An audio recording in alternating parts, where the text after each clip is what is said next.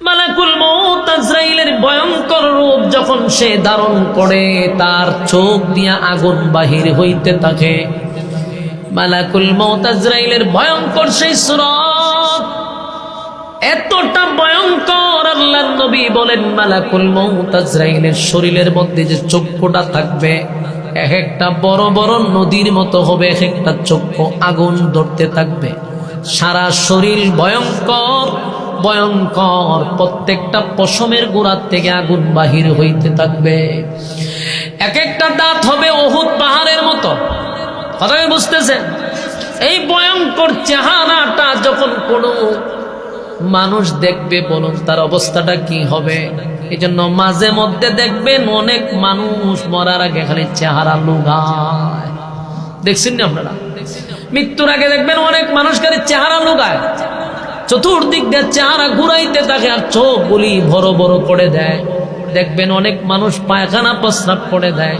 তার মূল কারণ হলো মালাকুল মউত আজরাইল তার সামনে যে সূরত নিয়ে আসে, এই সূরত কোনো মানুষ বরদাস্ত করতে পারবে না। মালাকুল মউত আজরাইল তো ভয়ঙ্কর,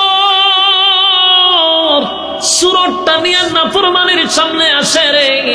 আল্লাহর নবী বলেন এই সূরত নিয়ে আসার পরে মানুষের রুহটা চতুর্দিকে ধরতে থাকে, বাহির হতে চায় না, দৌড়তে থাকে। আজরাইল ওই পায়ের বিদ্যা আঙ্গুলির থেকে টিপতে টিপতে টিপতে টিপতে কিলা মান মারাত, টিপতে টিপতে গলা অবধি নিয়ে আসে। সেখানে আনার পরে এমন ভাবে তারে বাহির করা হয়। আমাদের শরীরে কিন্তু অনেকগুলা জয়েন্ট আছে, অনেকগুলা তার আছে। এই তার তামাম পৃথিবী এক চক্কর দেওয়া যাইব, এই পরিমাণ তার আল্লাহ শরীরের মধ্যে রাখছে রগ রেশা। এতগুলা রগ যখন মালাকুল মউত আজরাইল তার রূহটা টান দিয়া বাহির করবে, প্রত্যেকটা জায়গা থেকে সংযোগ বিচ্ছিন্ন হয়ে যাবে, টাস টাস করে সব ছিঁড়ে যাবে। এমন পরিস্থিতিতে তার রূহটা বাহির করা হয়। এই আযাব সবার সহ্য করতে হবে, নেককার হোক বদকার হোক। মৃত্যুর যন্ত্রণার থেকে কেউ রেহাই পাবে না। আরেকটা হলো মাটির চাপ থেকে কেউ রেহাই পাবে না। আপনি নেককার হন আর বদকার হন, মাটি আপনাকে চাপ দিবে, মাটি আপনাকে চাপ দিবে, এতে কোনো সন্দেহ নাই। এখন মাটি বড় নীরব, কিন্তু একটা সময় মাটি আপনি আমাকে ছাড় দিবে না। আমার যুবক ভাইয়েরা, সেই দিন আমাদের অপেক্ষায় আছে না নাই? কথা হয় না? প্রত্যেকটা মানুষের, প্রতিটা মানুষের কিন্তু কিয়ামত আছে। এটা হইল যার যার কিয়ামত, ব্যক্তিগত কিয়ামত। আরে আমার যুবক ভাইয়েরা, মুরব্বী বাবারা, এই দিনটা আমাদের চোখের সামনে এমন হইতে পারে আজকের এই মাহফিলে বসছি, জীবনের শেষ। মৃত্যু কাউকে জিজ্ঞাসা করে আসে না, প্রত্যেকের ব্যক্তিগত কিয়ামত হয়। কেউ পৃথিবীতে থাকবে না, কিন্তু থাকবো না এটা সত্য। কিন্তু এমন একটা জীবন আপনি আমাকে গঠন করতে হবে, মরিলে যেন আমি হাসি, পৃথিবীর মানুষ যেন আমার জন্য কান্দে। ঠিক নেই? এই জীবন কিন্তু চিরস্থায়ী না, এটা ক্ষণস্থায়ী। তাহার কোনো সুযোগ আছে? প্রত্যেকের একটা কিয়ামত আসবে, এই কিয়ামত দিয়েই আমাদের জীবনটাকে শেষ করে দিবে। দুনিয়ার সব আশা আকাঙ্ক্ষা রঙ্গ তামাশা নিমিষেই শেষ হয়ে যাবে। প্রত্যেকটা মানুষের একটা কিয়ামত আছে রে, এই কিয়ামত থেকে বাঁচার কোনো সুযোগ নাই। আর আল্লাহ রাব্বুল আলামিন বলেন এটা তো হলো ব্যক্তিগত কিয়ামত, আর একটা কিয়ামত হলো সমষ্টিগত কিয়ামত। যে কিয়ামতটা হবে একটা বাঁশির মাধ্যমে, অনুফিকা ফিস সূর, এটাকে আরবিতে সুর বলা হয়, আমরা সিংহা হই। আল্লাহ রাব্বুল আলামিন সিংহার মাধ্যমে, দ্বিতীয় সিংহা, দুইটা সিংহায় ফুঁক দেওয়া হবে। কোন রওয়ায়াতে 3 বার, কোন জায়গায় 2 বার সিংহায় ফুঁক দিবে। আল্লাহ কয় যেদিন সিংহায় ফুঁক দিবে সেদিন হবে সমষ্টিগত কিয়ামত। বিশ্ব পরিস্থিতির পরিসমাপ্তি আমি ঘটায়া দিব। কুল্লু মান আলাইহা ফান। সব ধ্বংস করে দিব, কিছুই থাকবে না, সব ধ্বংস হয়ে যাবে। আল্লাহ বলেন যেদিন জমিনের মধ্যে আমি আল্লাহ জালজালা শুরু করে দিব, ইজা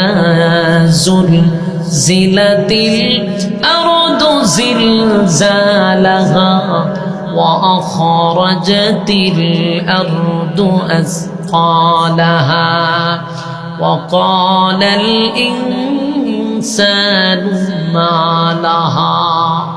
আল্লাহ বলেন যেদিন আমি ইসরাফিল আলাইহিস সালাতু ওয়াস সালামের মাধ্যমে সিংহায় একটা ফুমাইরা দিব, সেদিন জমিনের মধ্যে একটা জালজালা শুরু হবে।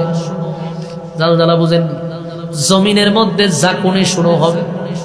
ইসরাফিল আলাইহিস সালাতু ওয়াস সালাম সিংহায় যেদিন ফুঁক মারবে রে, জমিনের মধ্যে একটা জালজালা হবে।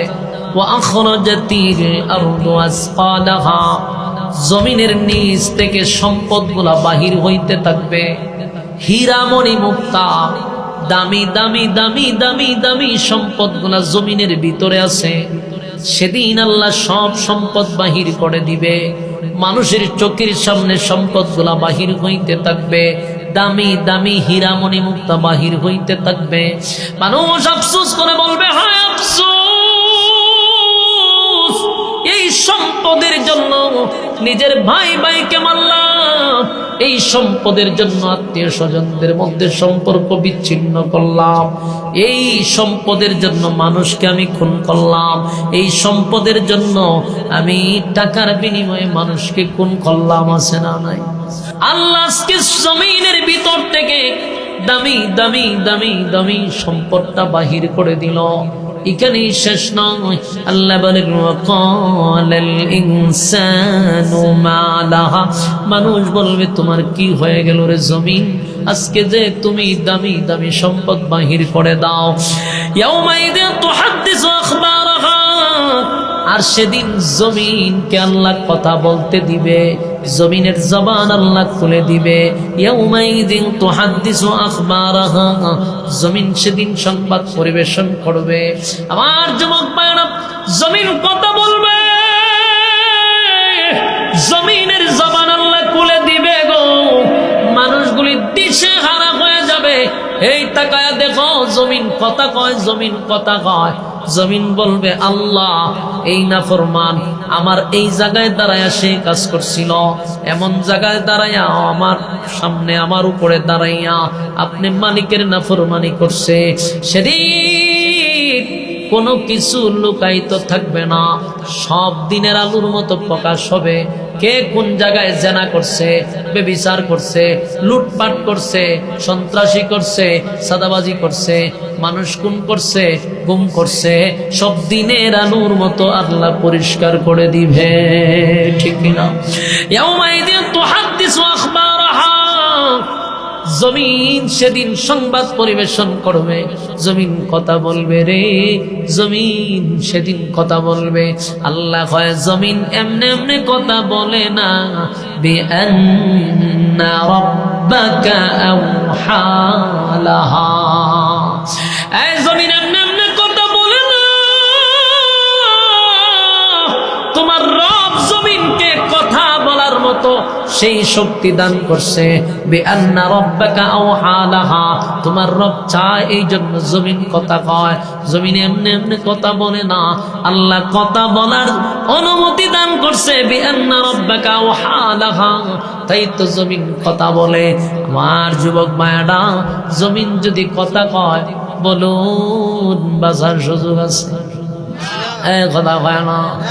আল্লাহ রাব্বুল আলামিন বলেন, জমিন যদি কথা বলে বাঁচার কোনো সুযোগ নেই। ইয়াউমাইযিন ইয়াসদুরুন নাসু আশতাতান লিউরাউ আ'মালাহুম, সেদিন তোমার কৃতকর্ম তোমার সামনে তুলে ধরা হবে। মানুষের মধ্যে দল হয়ে যাবে তিনটা দলে মানুষ ভাগ হবে। তিনটা দলে মানুষ ভাগ হবে। একটা হবে ইল্লা আসহাবাল ইয়ামিন, আল্লাহ বলেন ইল্লা আসহাবাল ইয়ামিন, একটা দলকে আল্লাহ বিনা হিসাবে